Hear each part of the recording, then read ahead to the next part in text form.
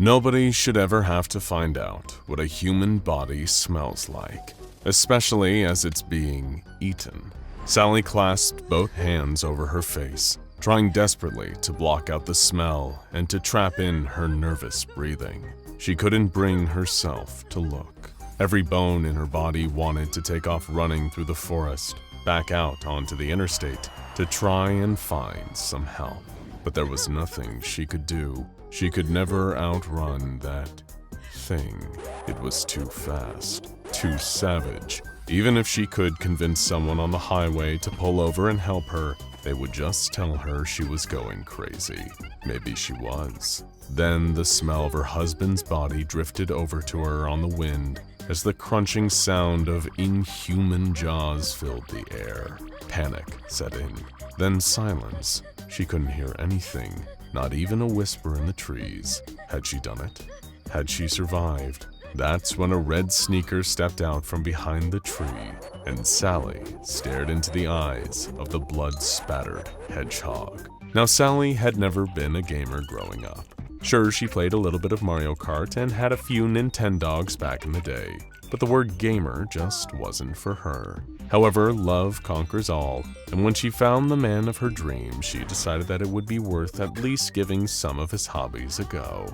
They started off nice and easy, playing a bit of Stardew Valley, Minecraft, and maybe some Overcooked here and there. But before long, the pair of them were sitting down every day after work, headsets on and controllers in hand, ready to dive into the latest adventure. Just recently, the couple had gotten into retro games, going back and playing classics like Battletoads and Streets of Rage. The challenge was addictive, so when her husband John came home with a copy of an unmarked NES game, Sally was intrigued, to say the least. John explained that he had found it listed on eBay under a very suspicious account. He had gone to pick up the game after work that day, expecting to be greeted by the smiling face of the seller. Instead, he found a blank gray cartridge and a very brief manual wrapped together with an elastic band on a street corner. The seller had listed it for virtually nothing, and based on the description, seemed very eager to get rid of the game for some reason.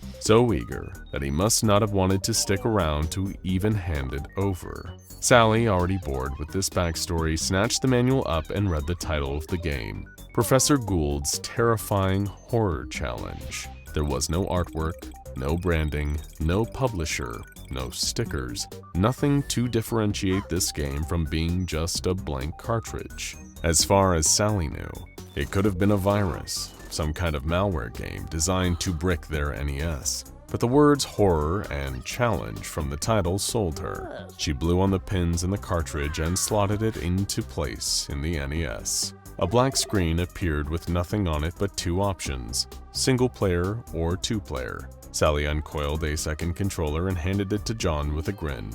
You ready? Sally hit two player, and a new screen came up. Are the people holding the controllers the people who want to play the game? Yes or no? Sally hit yes. A shrill beep filled the room, high-pitched and grating on their ears. John immediately grabbed for the remote and turned the volume down on the TV, but the beep just kept going. The screen was a bright red, filling the room with an unnatural bloody light. John tried to hit the off button on the remote, but the TV stayed red, and the beeping sound continued, filling their tiny apartment. Getting up and rushing over to the TV, John tried to unplug it, but it was no use. The beeping noise and the red screen persisted. He looked back at his wife in confusion, but she was looking somewhere else entirely. There was a rat in the corner of the room with mottled fur, bloated flesh, and cracked teeth. It stared right into Sally's eyes, salivating. Without a moment's hesitation, she leaped up onto the couch and screamed. But instead of running away, the rat slowly crept forward, looking almost as if it was smiling. Then a second one appeared, crawling out from behind the couch, followed by a third in the doorway, and a fourth beneath the TV. Dozens of rats filled the room, swarming in from all directions, climbing over one another in a desperate attempt to get into the tiny apartment, to get to Sally and John.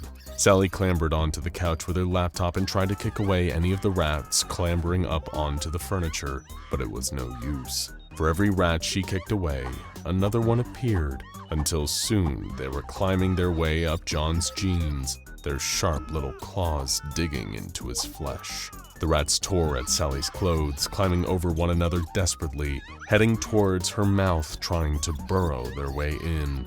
Hairy bodies filled her vision, and the stench of disease made her gag. Seizing an opportunity, a rat tried to clamber through her open jaws. She felt its tiny paws scrabbling at her tongue. With tears filling her eyes, she took one fleeting look at the man she loved and noticed something behind him. A giant yellow bottle with the words "rat poison" stamped into the side was sitting precariously on top of their cabinet. Half stumbling, half swimming, Sally pushed her way through the throng of rats filling their apartment and desperately grabbed the bottle from on top of the cabinet. Throwing the rats off her hands, she managed to unscrew the lid, held the bottle high over her head, and poured the thick, stinking liquid all over the swarm of rats threatening to engulf her.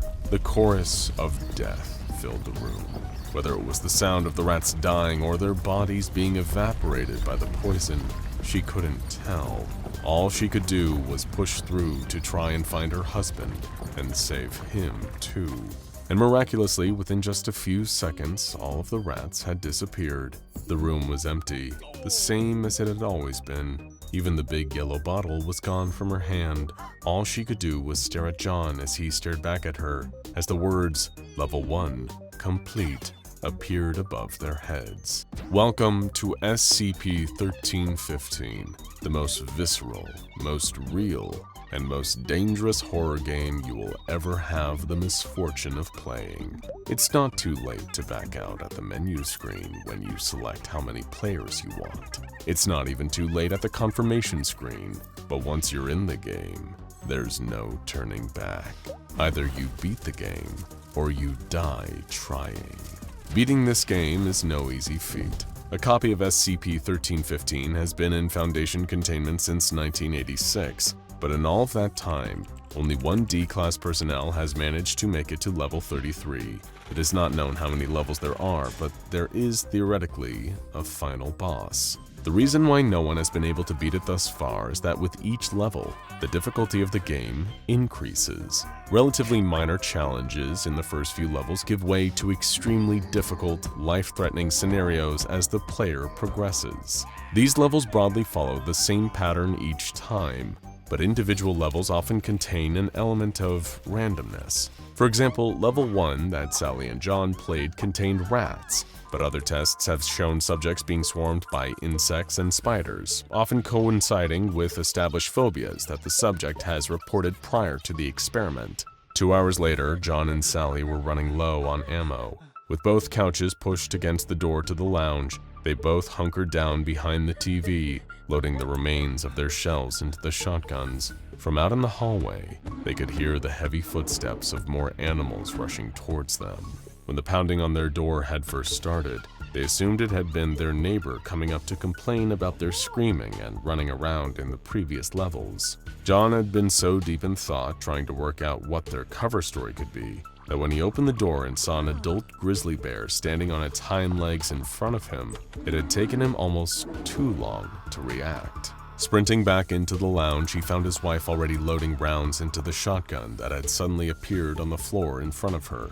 With a grim expression on her face, she seemed to have accepted their new reality, that this was a game they were going to have to fight their way through.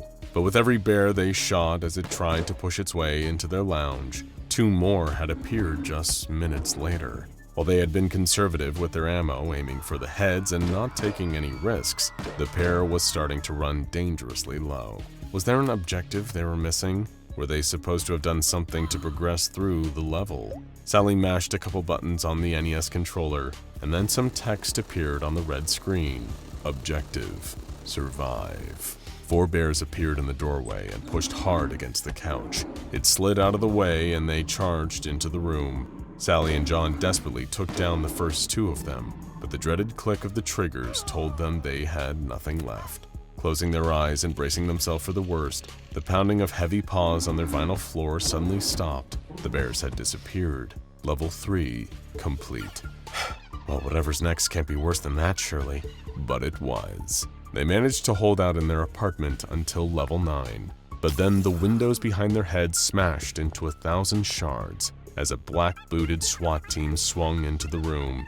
With barely any time to react, Sally and John pushed their way out of the apartment and braced themselves down to their car.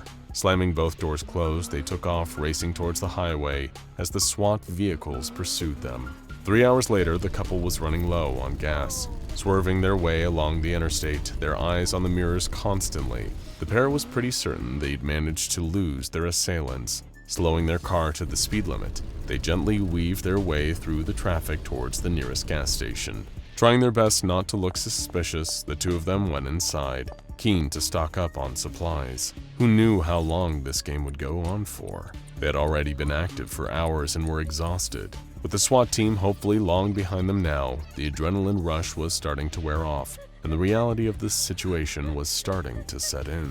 Hopefully, there were just 10 levels and they only had 1 to go. With the sinking feeling in their chests, each one of them realized it was more than likely to be 100. Definitely time to stock up on some supplies. They were barely halfway around the gas station when the words, "Level 9, complete," flashed in the sky above them. Both John and Sally froze where they were and stared at each other over the aisles. A blue flash darted past them outside the windows, then again going the other way. Sally ran over to the counter and banged on the glass. "Lock the door! Lock the door!" But the teenager just looked at her in confusion. And now it was Sally's turn to look around and see her husband staring in horror. On the other side of the glass, standing between 2 gas pumps, was Sonic.EXE. With haunting red eyes, rows and rows of sharp teeth, and blood dripping from his mouth, the hedgehog stared intently. Sally pointed out the window and turned to the teenager, yelling, but the girl took a step back, looking scared of her. The girl couldn't see it. She couldn't see Sonic.